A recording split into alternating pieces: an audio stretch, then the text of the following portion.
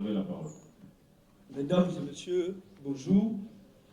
Nous vous souhaitons bienvenue sur votre magazine Nouveau Congo. Il y a beaucoup d'actualités. Commençant hier jusqu'à ce matin, il est au centre de plusieurs situations. Le FCC en cascade, beaucoup de démissions au niveau du PPRD. Est-ce que lui a quitté Kabila ou il est encore là? Pour parler de tout ça, nous allons recevoir pour vous aujourd'hui M. Lambert Mende. M. Lambert Mende, bonjour. Merci beaucoup. Merci beaucoup, monsieur.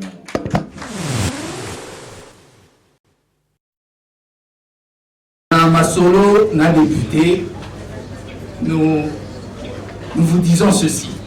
Ceux qui veulent faire la politique autrement, venez vous rejoindre à nous. Masolo, n'a député, le 7 février 2021, Tokobeta Masolo. Ok, invitation au EKI déjà, et pas invitation à la ministre, quelques ministres pour le gouvernement sortant, ça déjà invité la justice. Ok, nous Masolo, Tokobeta Lelo, Tokobeta Masolo, IGF, na audit na ye wasali à compte ya Bukamalozo déjà le premier ministre sortant Matata Ponyo Masolo Tozobeta Masolo Lelo il y a Lelo Tozobeta qui s'appelle invité moko spécial à Salaka Musika. Merci. Merci.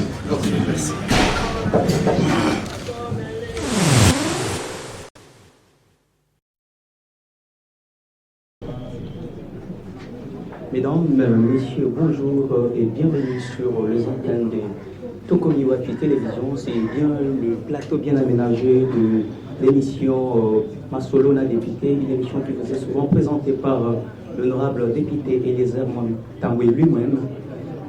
Mais aujourd'hui, c'est Marcel Lutumba qui vous présente. Nous allons vous parler de la présidence à l'Union africaine. C'est donc Félix Tshisekedi qui prend le bâton des commandements. C'était donc hier que Tshisekedi et Ramaphosa et leurs délégations respectives ont pris leurs avions pour se diriger vers la capitale éthiopienne. Mais pendant tout ce temps, les Congolais sont en train de se poser une question dans leur tête. Quelle sera la politique de cette présidence de l'Union africaine avec la politique de la République démocratique du Congo? C'était donc Marcel Lutumba qui vous parlait. Merci. Merci, monsieur Marcel.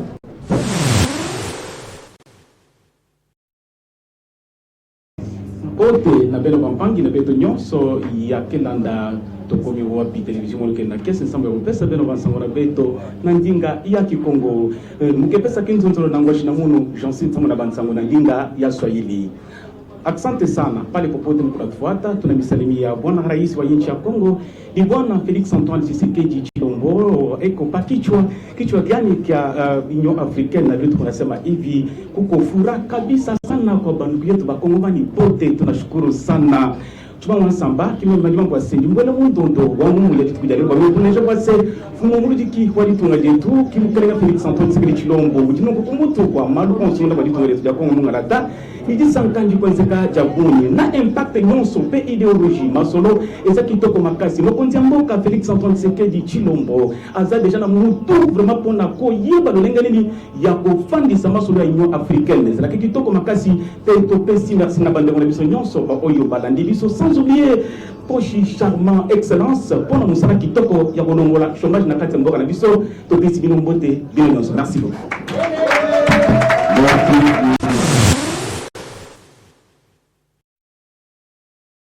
De la radio, de la télévision Tokomi Wapi, en diplex de la résidence de M.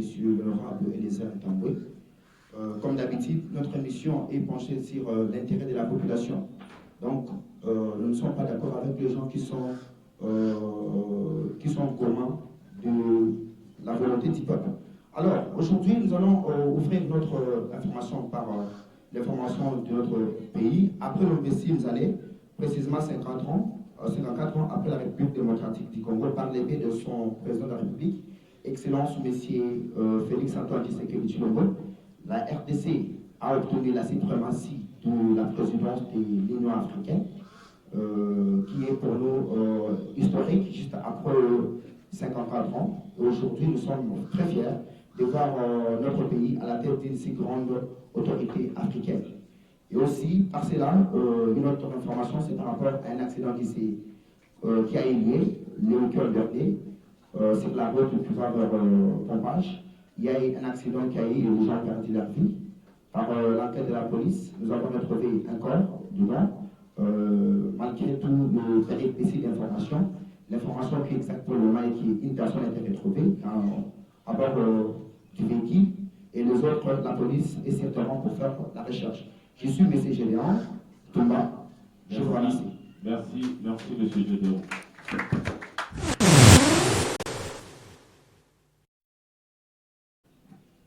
Je réponds au nom de Rite Nzamba Kilola.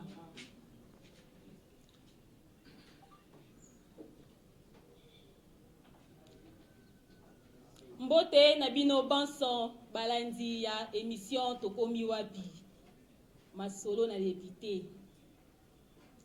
Lelo tozali le 7 février 2021. Tosepelaka ndenge bozalaka toujours wana mpona kolanda biso.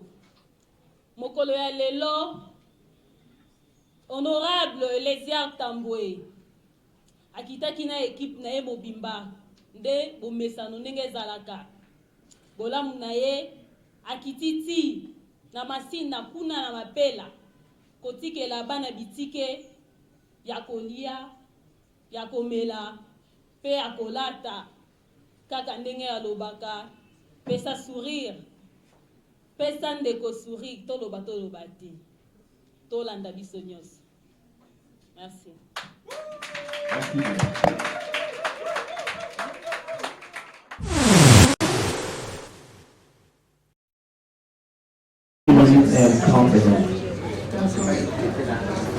Mbote bandeko na nga pe bandeko ya ngai esepesaki biso na mokolo ya lelo tobeta masolo na biso ne tomesana communiquer bino parce que c'est ici que nous communiquons. Soki bolingi makambo sérieux bolanda biso ebele bazo utiliser misère na liwa batu pour de faire de l'argent mais batika jamais kopesa moninga sourire bisika nyonso okutani pesaka moninga sourire soki okoleka nzela na biso te bisika nyonso okopesa moninga sourire. C'était votre servante Rite Manga Bukok m'a dit la grande ligne et la merci.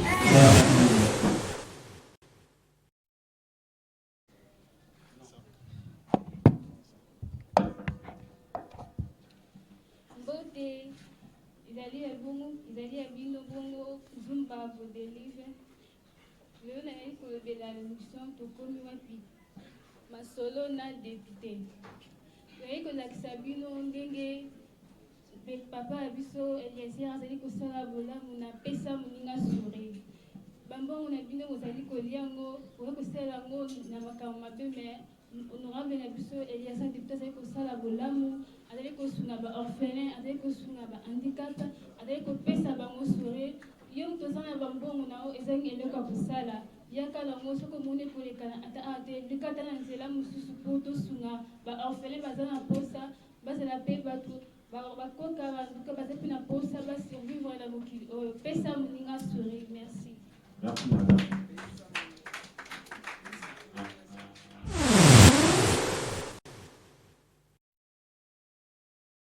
Merci. Masolo na député. Madame, Messieurs, bonjour et bienvenue dans votre magazine Masolo na député. Aujourd'hui, c'est moi qui va la présenter. Je suis Ravaneli Toumba Koudinga, c'est le tout premier numéro et je suis très heureuse de savoir que vous êtes nombreux en train de nous suivre. Au sommaire de notre actualité aujourd'hui, nous allons parler du bureau d'âge saisi Tambwe Mwamba pour la remise et reprise prévue ce lundi 9 février. Et le président Félix-Antoine Tshisekedi est maintenant enfin le président de l'Union africaine. Et nous allons parler aussi de leadership féminin. Je vous informe que la Rwandaise Monique Sanzabaga Moué est élue vice-présidente de la Commission de l'Union européenne. Elle a secondé Moussa Faki Mohamed. Le président a officiellement, comme je l'ai dit, le président a officiellement eu le bâton de commandement à la tête de l'Union africaine. C'est samedi 6 février 2020. Et puis nous allons au Sénat où le président du Sénat qui avait déjà démissionné, Alexis Thambwe Mwamba, et le comité d'âge ou le bureau d'âge le saisit déjà pour faire la remise et reprise. Merci parce que vous étiez nombreux en train de nous suivre. Au revoir. Merci Madame Ravanelli.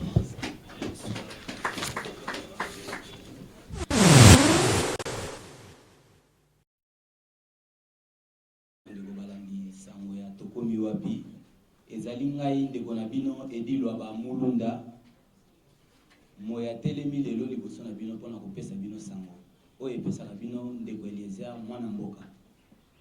Lelo toza na mtuna moko oyo tozali kotuna ndeko na biso Eliezer moye toza na ye na plateau. Ndeko Eliezer, tokomi wapi en fait pesa moninga sourire osali yango pona ko gagner osali yango pona ko gagner élection ya 2023 ou bien osali yango pona ko sepelisa peuple ou osali yango pona mois délai muke pona ko zwa juste attention ya bato bazala attirer envers yo na émission oyo salaka ya tokomi wapi yango wana. Et puis pe question mususu ezali ke soki ke Moïse Katumbi au cas où ye na Félix Antoine Tshisekedi bayokani te na 2023 okozala na ngambo ya nani na deux personnes wana motuna na biso yango wana. Merci beaucoup. Merci monsieur.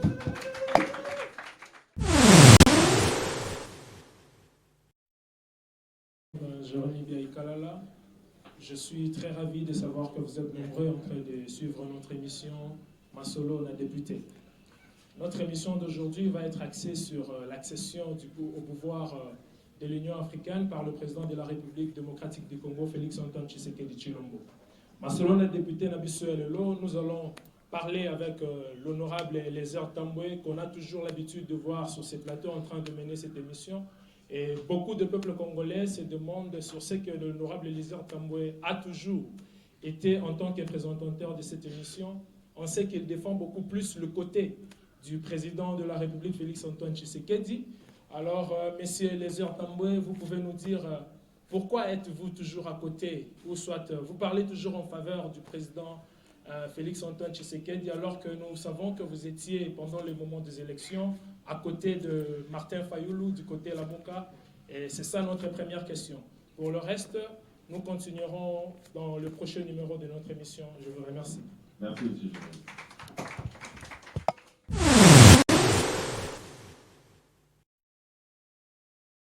Merci. Chers téléspectateurs, c'est pour nous un grand plaisir de nous retrouver encore ce soir à travers votre émission le plus suivi que vous avez l'habitude de suivre avec l'honorable Eliezer Thambwe Mwamba. Eliezer Thambwe. Vu son emploi du temps qui est trop chargé, vu ses multiples occupations, voilà pourquoi il sera indisponible de présenter cette émission. C'est comme ça que nous prenons le bâton de commande aujourd'hui, moi qui suis votre humble serviteur, qui répond au nom de Paul Ndaye. J'ai le plaisir de vous présenter cette émission qui est intitulée Masolo non député. Merci. Masolo non député. Merci. Merci.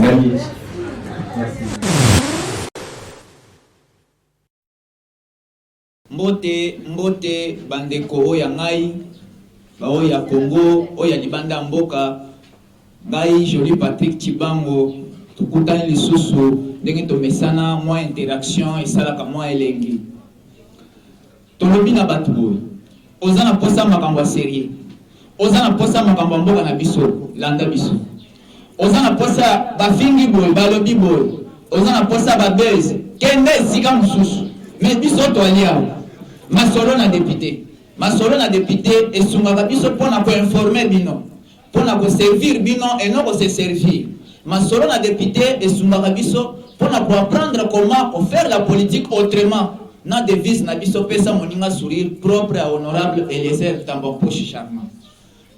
La lelo toza na point moko à l'ordre du jour kokoya ya le tout puissant Tambo Mwamba. Bande konangai tokozala na posa le prochain numéro to beng ça va inviter Mibale. Expert en droit, c'est-à-dire un juriste et puis expert na parlement, c'est-à-dire un parlementaire sénateur.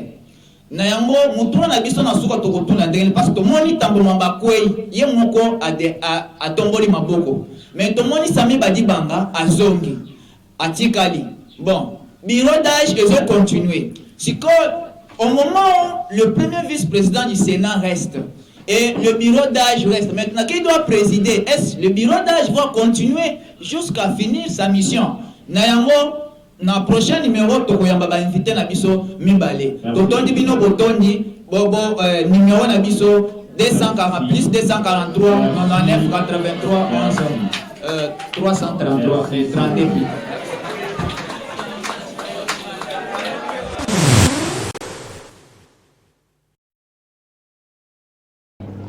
Ndoto na tata ba mama bandeko bisika nyonso bozoi mpona kolanda magazine oyo bobisala yango kaka ndenge bozala biso tolie lisusu mpona kopresente bino na lokomo ya lingala kaka ndenge bobisala bana bwaki bana chikapa 1 2 tonesco bokaka mingi ekoko matavila na mpila oyo nzelengali potopoto tolie lisusu mpona kopresente bino biso oyo bato bamisala yango biso bakoko ya bakolo lipango tofutelaka te ni atubaye na bandi mutu baba koza biso bakaka na mboka na biso aujourd'hui on va parler ya problème ya babourgmestre qui ya bourgmestre ya Koni na babourgmestre tomona na batu bademissionaka tomona na batu batikaka si il faut atika parce que akoki mosala na te mais na Congo totika bato bato mosusu ya l'argent balingi babema bango ya minere balingi babema ye mosemoni babolekola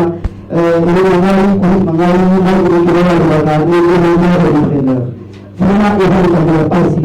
Moi, c'est comme lui que je veux le combat, mais ils ont encore hier de la presse. Un grand homme dans ce petit corps.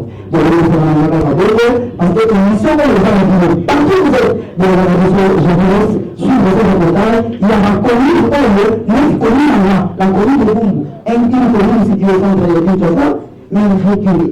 Voilà, reportage, le Salaki, il paraît, commune, même quand il est dans sur le séance, la dernière sur le séance, parce que il y a de la musique. Merci beaucoup.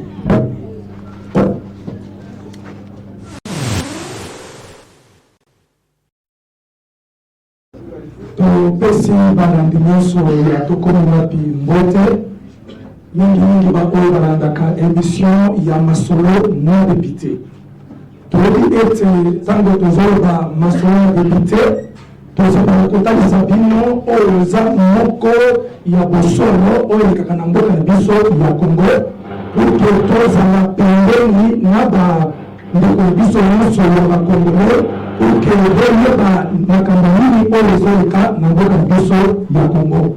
Nayebi ete ekobangisa bino te mpe ekobangisa bino te soki okomona oyo azalaka na monesano ya kopresente émission oyo ezalaka honorable oyo tobengaka mwana mboka ntango Eliezer Poshi lokola aza te c'est pourquoi lelo okomona elongai ndalo ya bino batelemi mbala mokusa na chibiki na kozala pembeni na ye mpona banda kotalisa bino moko ya masolo na député lokolo elobaka ke le succès sans successeur c'est l'échec lokola honorable akomisaki boye soki akoki kozala te émission ezala te asekoki ata aza te émission ezalaka ntango nyonso puke bana ya Congo balandaka émission ndenge eleka na mabisa na pole mingi. Merci beaucoup.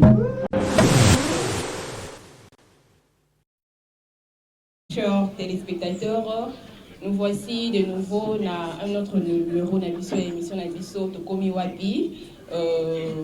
Ma solo na député, Oyo Bengabi Bongo na présentateur Ndeko Eliezer Tamboué. Mais aujourd'hui, c'est moi qui suis comme étant présentatrice Oyo Nayambi Messieurs Ndeko Eliezer Tamboué. Et d'entrée de jeu, pour ne pas perdre du temps, je vais directement poser des questions.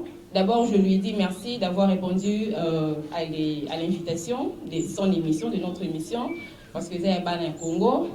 Ndeko Eliezer, Toyoki Sango, il y a recrutement au alerta qui banamboka, Toyoki Sango na yango recrutement et les kani na clarté moko oyo to imaginer ki nangote, il y a eu des commentaires ba tu ba sepeli, ba lobio yambi bana kitoko, opesi ba étudiant to ba chômeur pe chance ya ko opportunité pour na ko accéder na vie professionnelle. Dites-nous comment est-ce que on s'organise qui pour que tout cela se passe normalement ndenge et les cas qui. Et avant de répondre à la question,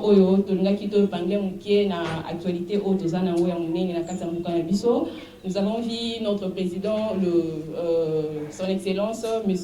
Fachi, Félix Antoine Tshisekedi Tshilombo, a accédé à la tête. Il y a Union africaine, vraiment c'est quelque chose au Bissoma Congolais, photos à la fière Nayango. Monsieur Fachi a eu bâton du commandement et à l'Union africaine. Madame Bokete, beaucoup de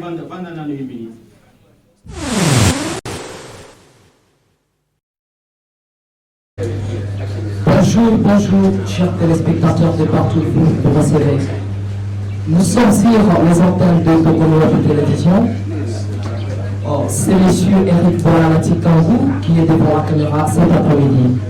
Soucieux de vouloir conserver la qualité et la valeur qu'il y a à la personne de l'honorable Eliezer Tamboué, nous avons décidé de vouloir s'approcher au public pour qu'ensemble nous puissions combattre contre les antivaleurs et aussi contribuer au développement de notre cher et beau pays. Car nous sommes sans oublier que la vie est comme une pirogue cérébrale.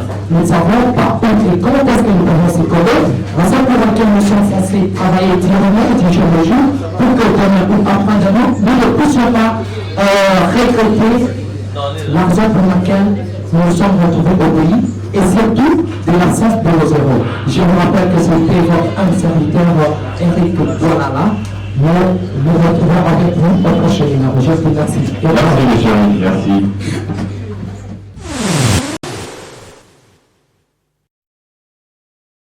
Biso masolo na député lelo tozali kolobela fermeture ya ZAN mais ekamwisi biso gouverneur de la ville de Kinshasa Jantini Ngobila Mbaka akewelisa kokanga ZAN mais soki totali na Matadi Kibala pana aposa première pierre ti lelo tomonaka ata brique te ata ciment te ata pousu ata zéro te finalement eza nini papa Jantini.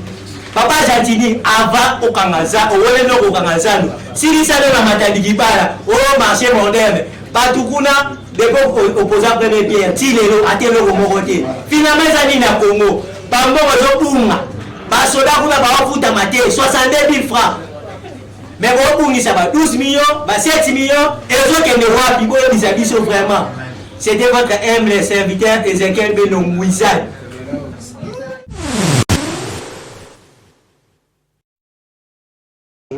Vous avez eu les points. Bernardin Mouroudia Kaouni, Abanadi Koloba, mon papa nous a donné la vie. J'en qui m'a eu Chagali, à l'Union français. On ne peut pas nous intimider. C'est que moi, nous sommes intimidés, Mali. Bandé liboso etango ya Tokomi Wapi lelo wabino ndeko Emmanuel Denis Koko oyo azali suppléant médiatique ya Ntona Eliezer Tamboué. Likambo ya kokana intervention bazozongisa wana salute ya makasi na zango bokama nan bokama te bavitalité oyo kote mosusu bamemi yango na zango na kulutulu tozwi bapele ebele ya bandeko bakolisa biso te na kulutulu bayo basengelaki kotia salubrité na zango bakozwa fulu eza kote mosusu bamemi yango na zango bakozaka liboso ya bakultike bamama mpo bajustifie le fait ya kokanga zango mpona bakoka kosala assainissement likoko kokanga bango olie balongola fulu oyo eza na zango bakozwa fulu euti mosika bakomema yango na kati ya zango olie balongola eza kotambola somo. Merci. Merci beaucoup.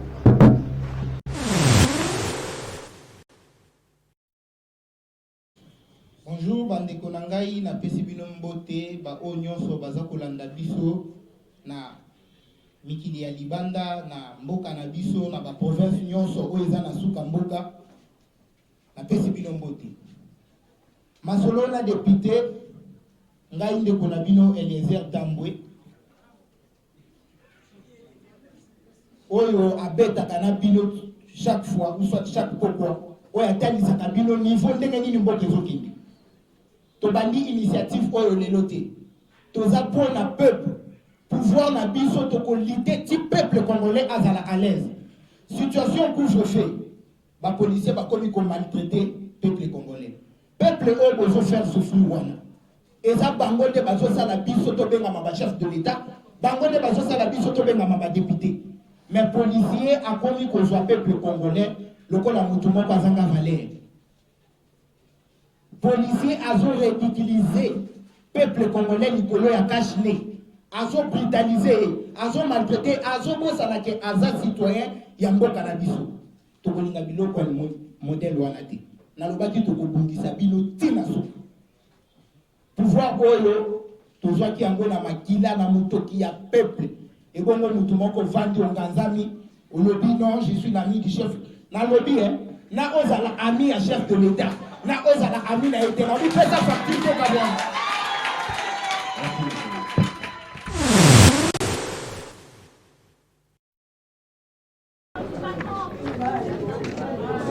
Et c'est nous avons salué à Sango Baradinion sur la télévision.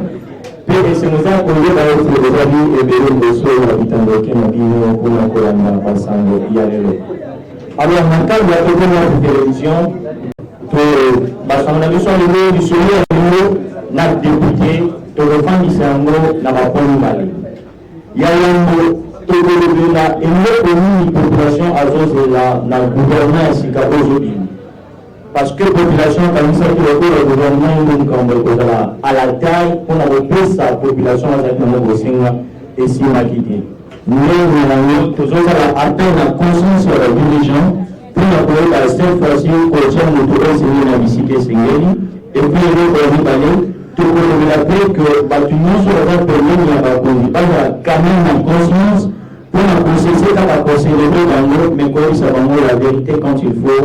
Et puis, comme ça, la quand il faut, personne ne sur l'État Israël matin à l'Union.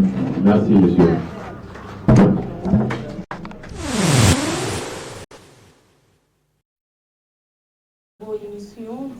Votre émission Savoir parler français, dans votre chaîne que vous aimez tant suivre, Tokomi Wapi TV.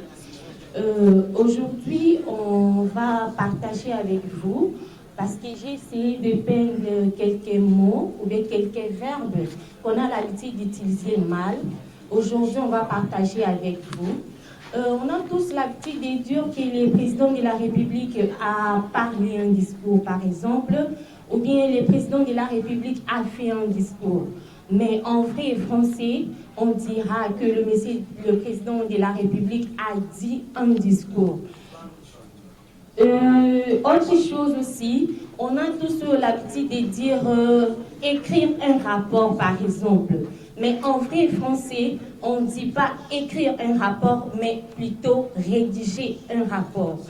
Et autre chose aussi, par exemple, entre copines, je peux dire à une de mes copines, par exemple, Francine, donne-moi les sacs. On ne dit pas donne-moi les sacs, on dit passe-moi le sac. Et autre chose aussi, on a l'habitude de dire peut-être Joséphine, tiens-moi touche-moi ces cahiers par exemple. Mais en vrai français, on ne dira pas Joséphine, touche-moi ces cahiers. On dira Joséphine, tiens-moi ces cahiers. Merci, madame. Merci.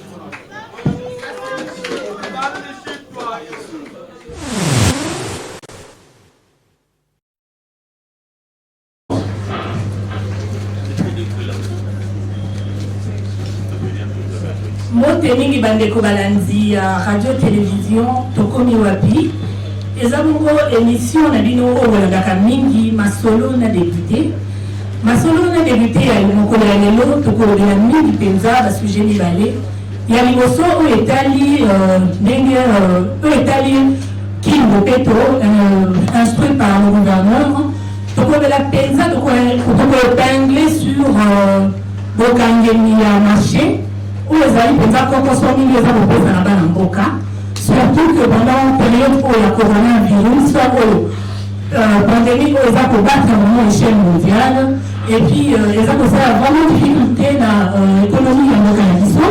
Merci madame.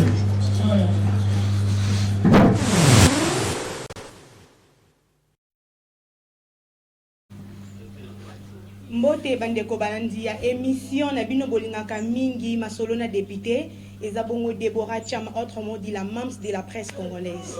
Toyelelo kolobela likambo tali fermeture ya marché central Zando o toyebi to s'adresser na yo bongo gouverneur de la ville province de Kinshasa ndeko Gentini Ngobila bongo yo kokanga wenze ba mama na ba papa o baliesaka bana na bango mabumu ya bana na bango wana na kati na moment oyo ya coronavirus bakosuka wapi tomonaki bongo ndeko Eliezer ndenga mesana toujours kotambola kosala marche ko lutter contre bato bazotelemela épanouissement pe développement ya mboka na biso Congo tozalaki ne bongo na marche wana totambola kitolobi tokolemba te tokokende na bino kino na suka ba o bakokota na vision chef de l'état toko soutenir na bango mais bino ba o bokoya po bobebisa po lobi eloba makambo ebele tokotelemela bino kino na suka tolobi slogan zaka moko tie libaya to lambeli tokolambela mabaya nyonso bokotia tokena likambo etali fermeture ya ba école bino bongo o bolie bambongo bomiyebi tokokuta na bino na justice balobi état des droits nde makambo. Merci beaucoup na bino moso bozalaki liboso ya ba poste téléviseur na bino pona kolanda émission malamu oyo ezolobela pona bana mboka tokolobela lelo kino lobi tokolobela kakaka. Merci beaucoup.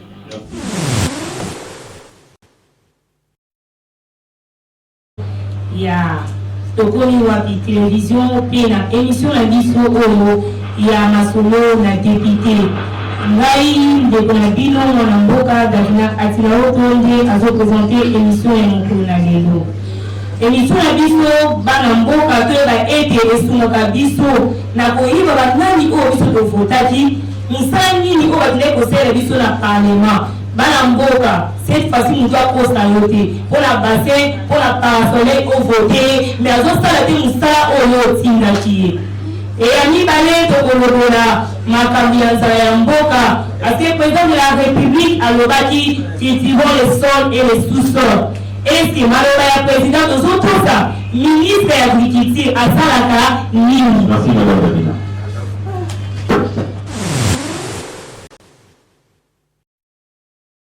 Amoureux de l'émission Masolo député, bonjour, nous vous saluons de partout où vous êtes, vous nous suivez, vous êtes fidèles à cette émission, vous avez choisi de suivre chaque jour votre humble serviteur, votre député, vous avez choisi, l'honorable Lézard Tambwe. Aujourd'hui, vous êtes avec moi, votre humble présentateur, Olivier Kassoga, dans la même vision que l'honorable. Nous allons discuter avec vous des questions de l'actualité. Nous allons parler aujourd'hui de l'accession à la tête de l'Union africaine de notre cher président de la République, Félix Tshisekedi Tshilombo. Et nous allons aussi parler de l'Union sacrée, les prochains gouvernements qui viennent. Est-ce que ça sera toujours la même chose, la continuité? Est-ce que ça sera toujours le même visage qui reviendra? Nous avons suivi récemment le propos de l'honorable Elisère Tamboué et parler de la politique, non pas la politique des ventres ou la politique des postes, mais plutôt de la politique riche pour le peuple.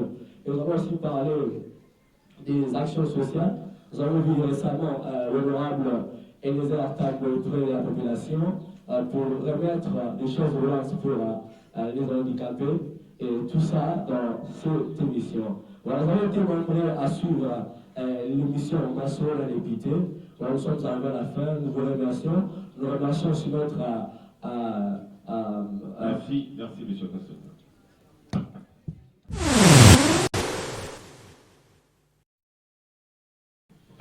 Merci beaucoup, très chers fidèles téléspectateurs. Bienvenue sur les antennes de Tokomiwapi TV. Moi, je me nomme Eliezer Kazambia. Voilà, vous êtes sur le plateau de Masolo na député, une émission qui vous est toujours présentée par l'honorable Eliezer Tamboué. Et du coup, moi, je suis Eliezer Kazambia, une nouvelle présentatrice que vous aurez à voir sur les antennes de Tokomiwapi TV, en fait. Et du coup, Masolo na député, c'est une émission déjà que... Bossolo na député, c'est une émission que vous aviez déjà à connaître. C'est une très belle émission. C'est une émission qui est édifiante, une émission qui édifie nos téléspectateurs. Pourquoi pas la population qui est en ignorance.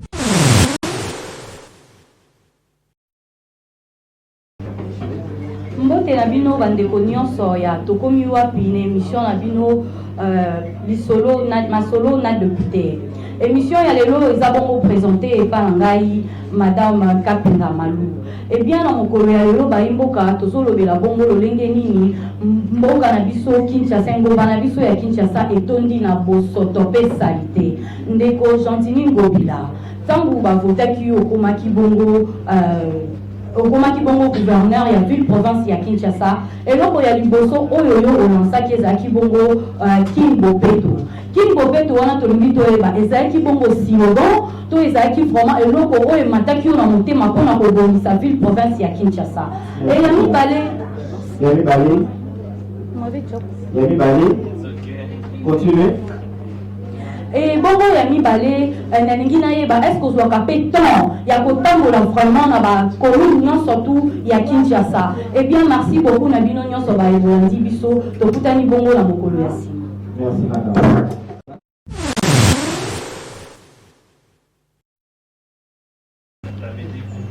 Mbote na bandeko balandi na biso émission na biso masolo na député.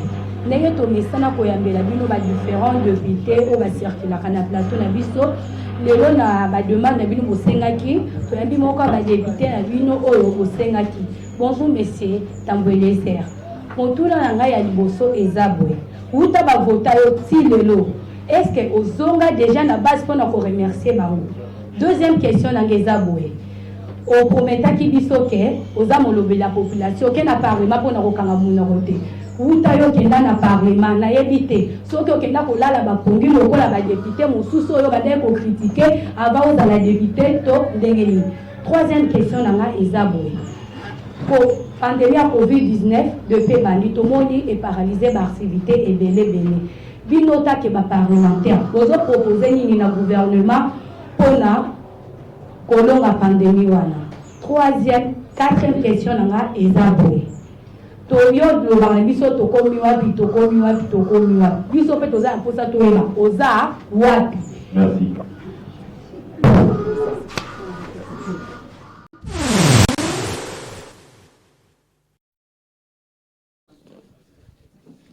Très heureux de vous savoir nombreux de suivre votre émission que vous aimez tant, Masolo na député ya mokolo ya lelo ebandi. Mbote bisika bozomi bino nyonso kolingaka kolanda émission oyo. Lelo tomeli bino 3 sujets oyo tokodébattre na bino pe tokosolola yango na bino elongo. Ya liboso tokolobela éducation.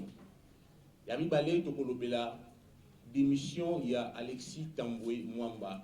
Tokolobela pe na bureau définitif ya Janine Mabunda. Avant tout, le banal makamou ya éducation. Willy Bakonga, pourquoi nous ne pas bana bazo qui ne classe type pour nani? Pour tout qui relève yamboka est basé dans l'éducation. S'il n'y a pas l'éducation dans un pays, le pays sera ruiné. Il n'y aura pas la relève demain. Yamwa tout ça bino boué. Babar et sala. Ba église et fota. kuna coronavirus ezati kaka na ba classe na ba université ni bomoni po kanga yango wili ba konga to beti cité likolo wana bana na biso bandeko pe baleki na biso baza na posa ya kokende classe bazonga batanga po ete lobi bakoma bato lokola yo komi mutu olingi bamosusu te bakoma pe na place yo ozali okangi éducation ya bana baza kotanga susu te. Voilà, les deux autres sujets prochainement tu vas m'inviter na biso nde tokoyeba ko débattre na sur yango. Merci mingi po bozalaki nombo ya kolanda biso masolo na député obosa na tête toujours pesa moninga sourire. Merci beaucoup.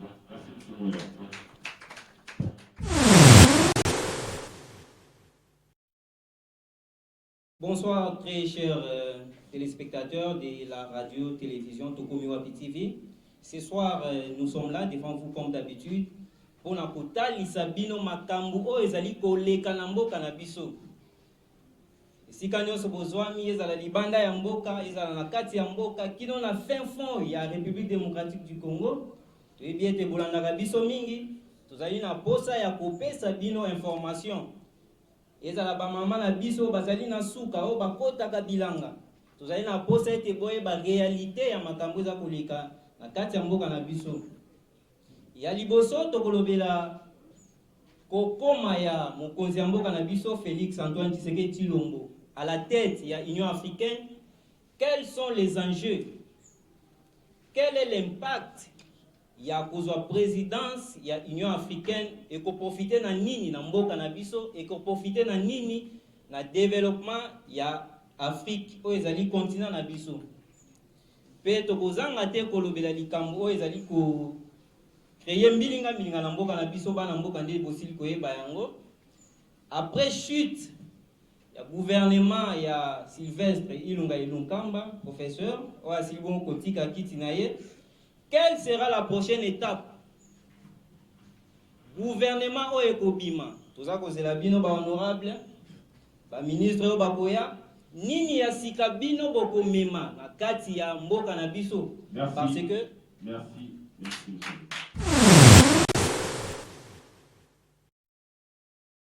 D'accord.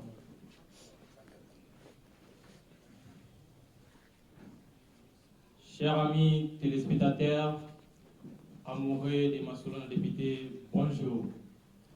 Je suis votre serviteur. Je réponds au nom de Rabbi Kabasile Kalenga.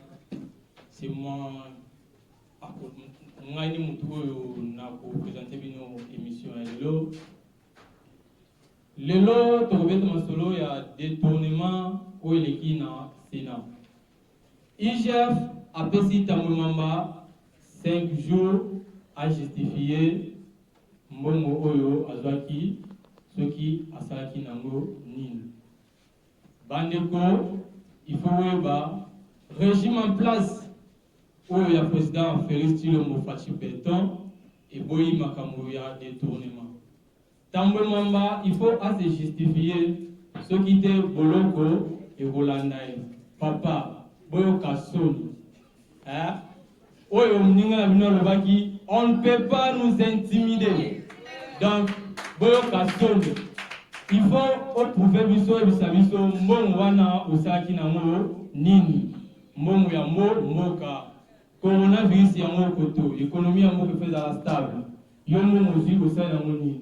Donc IGF ezana et puis 5 jours ce qui était biso moko to sala marche ngamo na ko mobiliser bato totamola bo olakisa biso soki mbongo salaki na mo nini. Donc ya mo wana. Merci monsieur Rabbi. Merci beaucoup.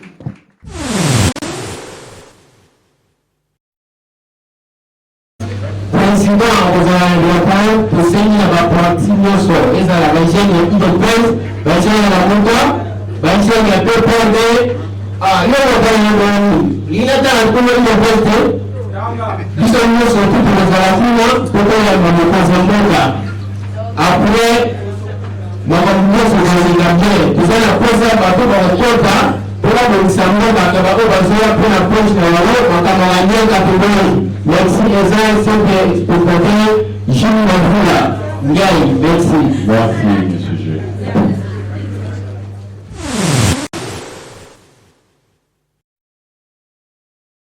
Moté,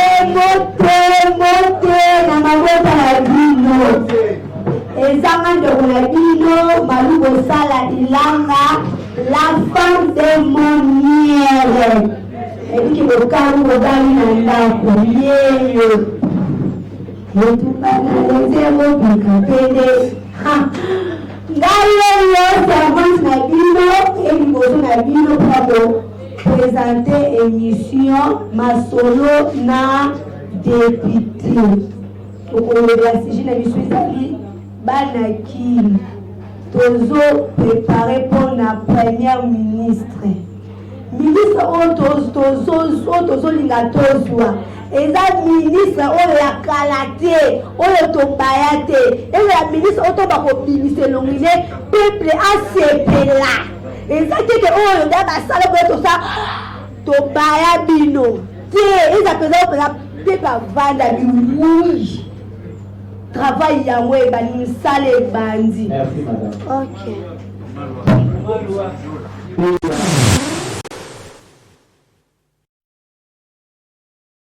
Bonjour tout le monde, bonjour chers téléspectateurs, bonjour monsieur honorable Eliezer, moi na Kolo Lupango, Masolo na député.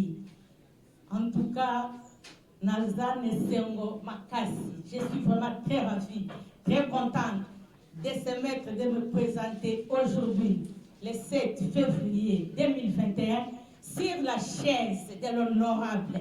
Parce qu'à chaque fois chez moi à la maison, toute la famille, nous suivons l'émission de Eliezer Tambwe Mwamba. Vraiment, chez nous au Congo, nous n'avons jamais vu ce que notre honorable est en train de faire pour nous le Congo. Il est vraiment le premier monsieur. Un monsieur, un honorable très honnête, qui est en train de suivre vraiment ce que le peuple l'avait fait. Et maintenant, il est en train de dire, il est en train de répondre. Il est directement. S'il vous plaît, s'il vous plaît. Nous devons prendre des choses au sérieux. Ce sont des choses sérieuses qui se passent ici.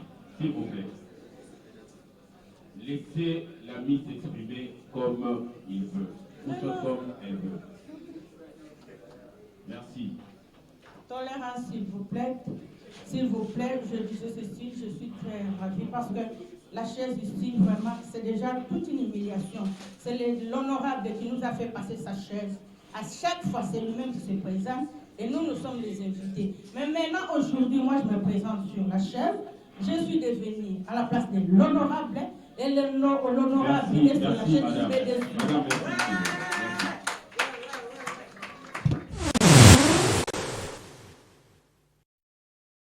Télévision Tokomi Wapi. Là, on a maman Santiche Moussa Okulo di Kabea. Elle a une émission à Sika opposée là, on a mis Kolebele, puis on a une émission. L'enseignant parle. Dans cette émission, l'enseignant parle. Tokolebela mingi, di kabeta l'éducation, à niveau l'angonyoso. Tokolebela l'éducation, il y a un niveau d'enseignement maternel, primaire, secondaire, puis universitaire. Les hommes mingi tokobeta c'est un enseignement à la biso maternelle. Tu as dit que le président